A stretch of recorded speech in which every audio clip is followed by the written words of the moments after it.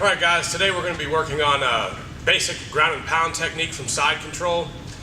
You'll see a lot of young fighters, amateur fighters working ground and pound from side control, and there isn't really a method to it. We want to produce a methodical system that allows you to break down your opponent so that you can either score or so that you can get the fight stopped. Either way, we're looking to do damage from side control, and we don't want to be hitting where they're covering up. This focuses on exposing different parts of their body. So this is how we do it.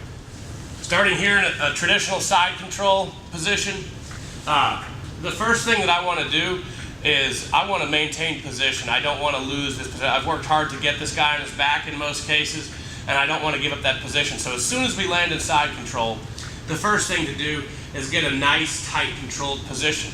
It doesn't allow him to get up. A lot of times, right when you hit the mat, your opponent's going to be struggling and fighting, trying to get out. I'm going to wait those first 2 to 3 seconds and, so to speak, ride out the bull. It's like jumping on the bull. You're going to have to ride it out for a few seconds.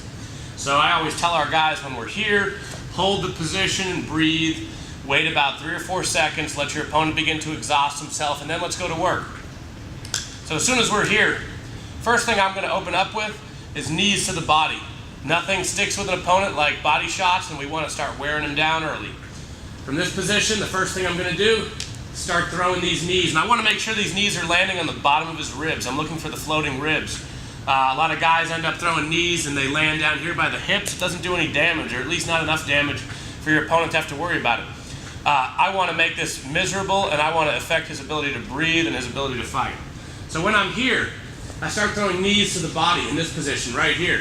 I'm being careful not to lean too far over my opponent because I would run the risk of getting reversed. So I stay tight, stay close, and I work these knees into the body very hard. I open up with a couple knees. Now in most cases, these guys are going to look for a way to block that. So as I'm kneeing, he's going to work hard to get his arm down in there to help prevent that from happening. That's exactly what I'm looking for. As soon as he gets his arm down in there, I use my knee to trap his arm against his body. So I'm squeezing my knee and my elbow over here together for the control purpose. As soon as I do this, I post, free my hand, and I start punching on this side. From this position, he's going to be using his other hand to block. As soon as he does, that opens up the attack with this hand, either for punches here, for elbows to the body here, for elbows to the thigh right here, and one of my favorites, straight shots right down into the sternum. Now remember, guys, when we're doing this, we're not going to pin him perfectly and hold him in position. What we're looking for is a dynamic maneuver. As you're grounding and pounding, you're going to keep rotating through this. He'll get his arm free after a couple punches, and that's okay because we're attacking the next section.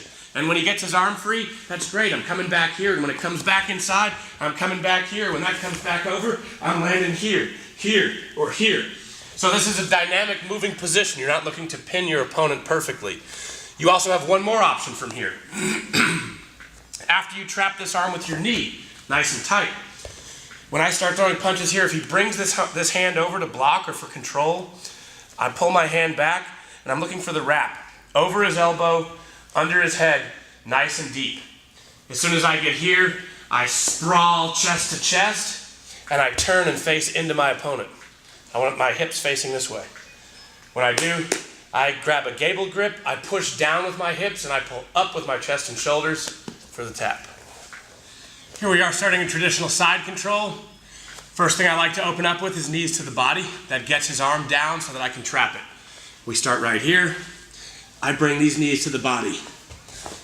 He's got incentive when he feels that pain to bring his elbow down. As soon as he does, I'm trapping that elbow with my bottom knee and with my elbow. I'm squeezing in right here.